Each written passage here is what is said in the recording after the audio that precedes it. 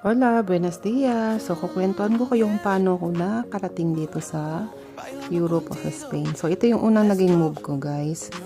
Last year, 2025, ay nag-apply ako ng tourist visa kung saan meron akong na-meet or na-i-refer sa akin na tiga Madrid na nag-agent sila or nagre-recruit ng mga tourists para makarating sa Spain. So, ang unang ginawa ko dyan ay syempre nakapag-meeting ako, meet up, and then minake sure ko na legit yung aking kausap.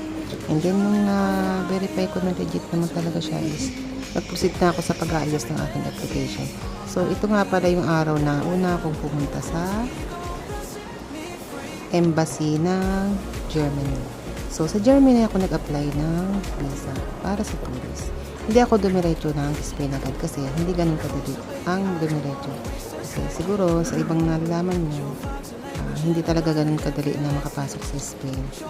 Kung tourist ka, kailangan talaga malaking pera yung ipoprove mo na meron ka. So sa katulad ko na binigyan lang ng amo ko, yung long service ko, yung binigay sa akin, yung ginamit ko.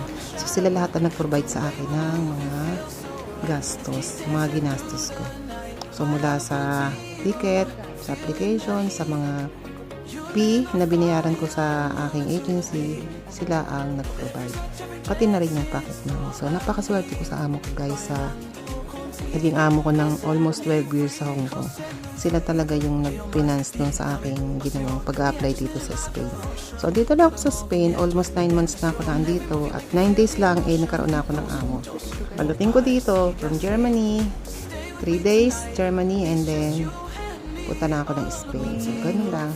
Sinampot ako nung friend ko, dati kong ka-work sa trabaho sa Pilipinas.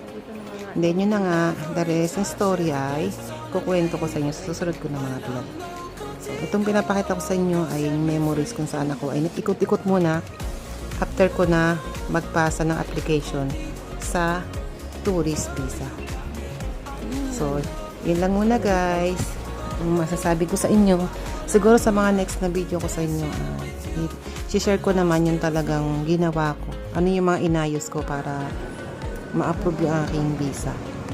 So sa mga nangangarap na makarating ng Spain or gusto nyong magtrabaho dito, o PM nyo ako kasi meron ako talagang alam na legit na nag-aayos na papel. Make sure nila na makakalakad kayo. Pero kailangan nyo talaga ng pera. Malaking pera, guys. Kasi may show money. Yun talaga yung show money. Ang kailangan